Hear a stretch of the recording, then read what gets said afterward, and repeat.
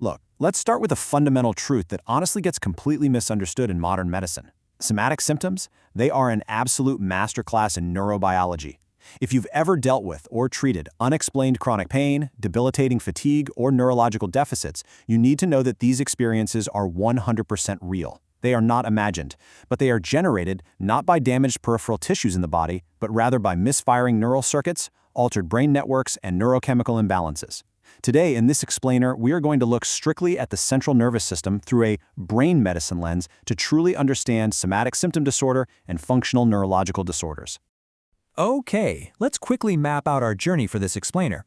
We're going to explicitly trace this path, starting with the underlying cellular mechanisms in neurobiology, moving through the development and progression cascade, examining how the clinical presentation actually evolves over time, and finally, we'll look at evidence-based, targeted neuromodulatory treatment strategies. All right, diving right into Section 1, the neurobiology of somatic symptoms. To really get this, we have to look exclusively at the central nervous system. The dysfunction lives entirely in the network. Central sensitization is just a wildly fascinating concept. I want you to imagine your nervous system has a volume knob, right? And suddenly, that knob gets physically stuck on the absolute highest setting. Boom, stuck. This happens because these specific neurons, the dorsal horn neurons in your spinal cord, become incredibly hyperexcitable. Mechanically, what this means is that totally mild, harmless physiological sensations, the normal background noise of your body, like routine digestion or just a light touch on your skin, they get amplified dramatically. They aren't transmitted to the brain as normal background data anymore. No, they hit the brain as intense pain or severe distress. The signal is literally distorted before it even gets to the brain. So once that intensely amplified signal actually hits the brain, it slams right into what we call the salience network. And this involves a really fascinating interplay between two specific regions. First, you've got the anterior insula. Think of this as your brain's interoceptive center, constantly mapping out your internal bodily states. And second, the anterior cingulate cortex, or ACC, which steps in to assign emotional weight and pay attention to those mapped sensations. Now, neuroimaging actually proves this. In somatic disorders, these specific regions are chronically hyperactive.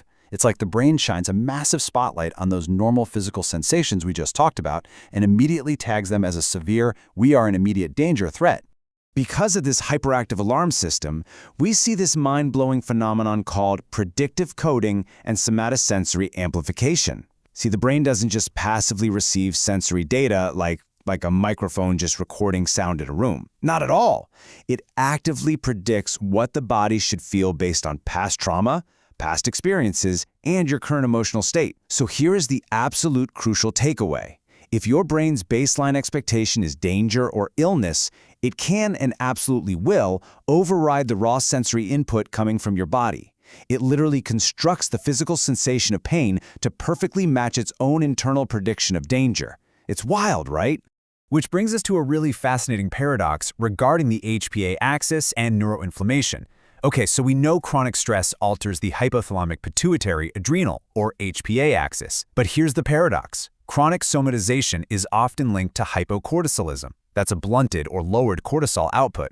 Now you might be wondering, why does that actually matter? Well, cortisol normally regulates inflammation. So this lack of cortisol regulation means pro-inflammatory cytokines just spike completely unchecked. And that cytokine spike directly sensitizes your peripheral nerves and physically inflames your neural circuits, which just adds fuel to the fire of that exact hypersensitivity we've been talking about. So, how exactly do we get to that point? Let's transition into Section 2, Development and Progression Cascade, and systematically break down the exact neurological sequence that develops this disease over time. This trajectory of somatic symptoms doesn't just happen randomly. It follows a highly specific chronological cascade in 3 distinct phases: predisposition, which is the setup, precipitation, which is the trigger, and chronification, which is the actual rewiring of the brain. Let's unpack each one. All right, phase 1 is predisposition, the setup. This involves genetic vulnerabilities, specifically in the monoaminergic system, so your serotonin and norepinephrine pathways. But hey, it's not just genetics.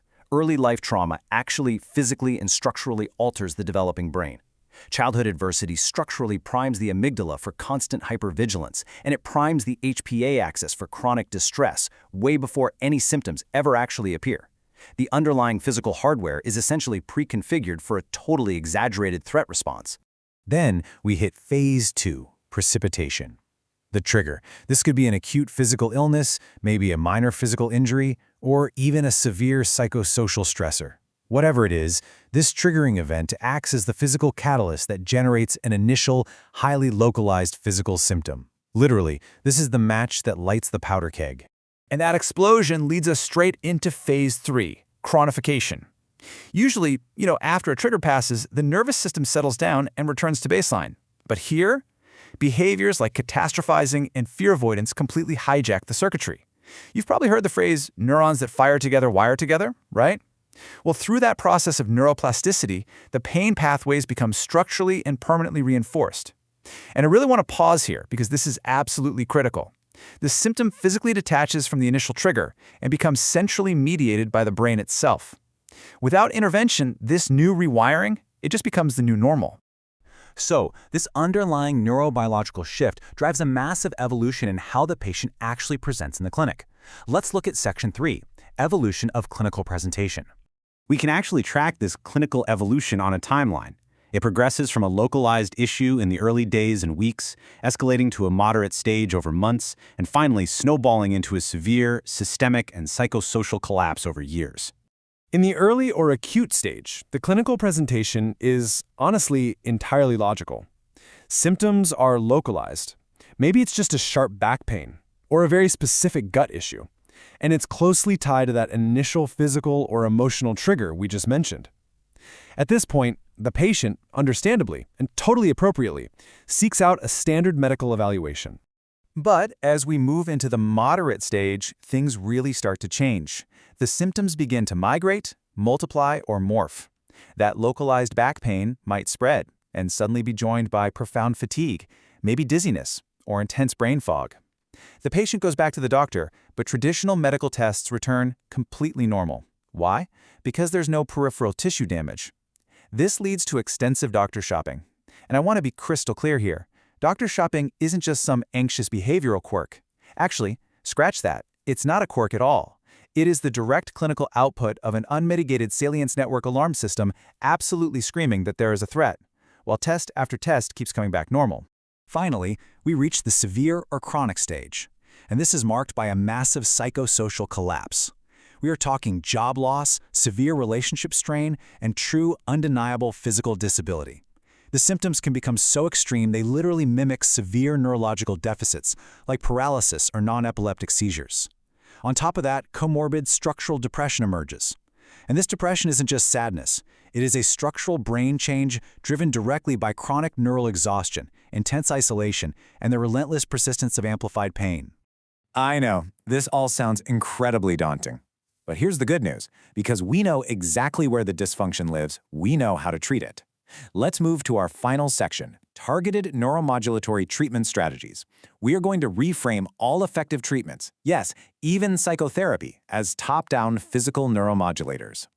We can really view both pharmacotherapy and psychotherapy as two sides of the exact same neuromodulatory coin. While medication works by strengthening biochemical breaks in the spinal cord, psychotherapy isn't just, talking through your feelings. It is structurally rewiring hyperactive brain circuits. Both of these are structural, physical treatments for the central nervous system. Let's unpack the pharmacotherapy first. We use SNRIs like duloxetine and TCAs like amitriptyline. Now, it is absolutely vital to understand that in this specific context, these are utilized for pain, not just mood. They work by actively increasing serotonin and norepinephrine specifically in the descending inhibitory pain pathways of the spinal cord.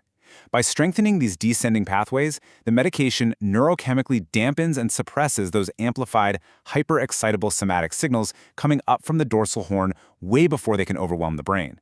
You are quite literally strengthening the body's biochemical brakes. And then we have cognitive behavioral therapy, or CBT. Let's frame CBT purely as brain medicine today. CBT physically alters brain function. By giving the patient concrete tools to stop catastrophic rumination, CBT actively reduces the activity in the ACC and the anterior insula that we talked about earlier. By halting that rumination, you actually shift the brain's predictive coding baseline. You are teaching the brain to lower the threat level it assigns to routine bodily sensations. Finally, let's look at graded exposure and somatic rehabilitation. Consider the actual mechanism here. movement therapies gently re-expose the nervous system to physical activity. This provides the brain with new sensory evidence that movement is safe, actively breaking the central sensitization loop. That's huge. You are physically feeding the brain new, safe sensory data to completely override its faulty predictive coding. Which leaves us with a final, pretty provocative thought. If somatic symptoms are generated by physical, structural network dysfunctions in the brain, rather than simple psychological failings or imagined pain, how must modern healthcare change? How can we restructure our clinical practices to treat the brain and central nervous system, instead of endlessly chasing normal peripheral test results and, frankly, stigmatizing patients? It's a fundamental shift in perspective, for sure, but as the neurobiology clearly shows us, it is the only real path forward. Thank you so much for joining me for this explainer. I really hope it gave you a powerful new lens on this incredibly complex topic.